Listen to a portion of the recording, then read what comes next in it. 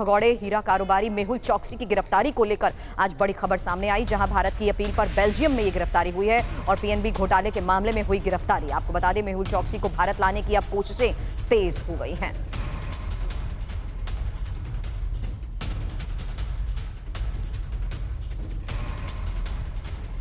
मेहुल चोकसी की गिरफ्तारी और भारत वापस आएगा मेहुल चोकसी। इंफॉर्मेशन वॉल पर अब एक डिटेल आपके सामने रखते हैं, क्योंकि 2020 से भारत बेल्जियम के बीच प्रत्यर्पण संधि और 2018 से एंटीगुआ में मेहुल चोकसी रह रहा था। इस बीच आपको यह बता दें कि चोकसी ने एंटीगुआ और साथ ही एंटीगुआ के साथ साथ बरबुडा की नागरिकता भी हासिल कर ली थी। हालांकि अभी तक मेहुल चोकसी के बारे में जिस तरीके से खबरें सामने आई हैं, चोकसी ने एंटीगुआ के साथ साथ बरबुडा की नागरिकता जिस तरीके से हासिल कर ली, भारत की एंटीगुआ और बरबुडा के साथ कोई प्रत्यर्पण संधि भी नहीं है। लेकिन साल 2021 के अंत में एंटीगुआ से वो फरार हो गया था और मेहुल इलाज कराने के लिए बेल्जियम गया था। इसमें एक और सबसे बड़ी बात, जब चोकसी बेल्जियम आया तभी से एजेंसीज एक्टिव हुई। कुछ समय पहले मेहुल के खिलाफ इंटरपोल रेड नोटिस को हटा दिया गया था और आपको इस बीच ये भी बता दें कि तभी से भारतीय एजेंसीज मेहुल को वापस लाने के प्रयास में लगी हैं। भारतीय एजेंसीज ने 2 गिरफ्तारी वारंट बेल्जियम सरकार के सामने रखे हैं। अब सीबीआई ने चोकसी के खिलाफ 2 आरोप पत्र भी दाखिल किए हैं। एनफोर्समेंट डायरेक्टोरेट ने मेहुल के खिलाफ 3 शिकायतें दर्ज की हैं। जिस तरीके से अब ये कानूनी शिकंजा भगौड़े मेहुल चोकसी के ऊपर कस चुका है, बड़ी खबर आई है बेल्जियम में हुई गिरफ्तारी को लेकर।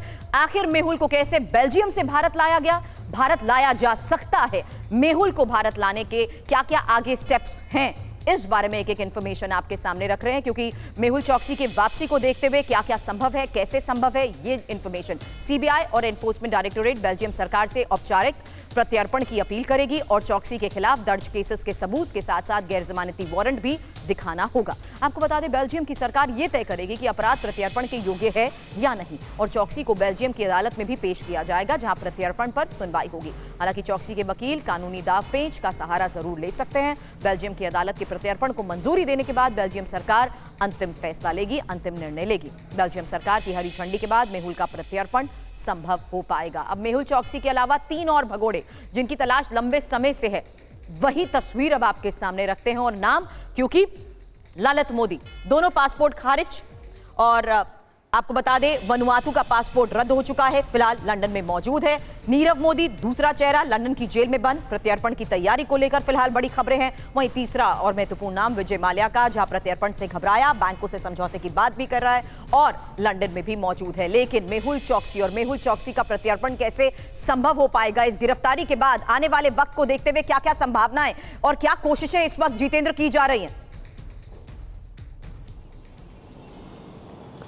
जी बिल्कुल, देखिए जांच एजेंसियों की कोशिश है कि जल्द से जल्द मेहुल चोकसी का प्रत्यर्पण कराया जा सके, लेकिन उसको लेकर जो मेहुल चोकसी के वकील हैं उनका साफ तौर पर कहना है कि अभी थोड़ा वक्त लग सकता है, क्योंकि अभी सबसे पहले गिरफ्तारी के बाद मेहुल चोकसी की तरफ से बाकायदा वहां कोर्ट में अपील की जाएगी बेल्जियम की, ताकि उसकी गिरफ्तारी पर रोक लगाई जा सके और उसके बाद अगर गिरफ्तारी कंटिन्यू रहती तो जमानत की अर्जी वहां पर दाखिल की जाएगी।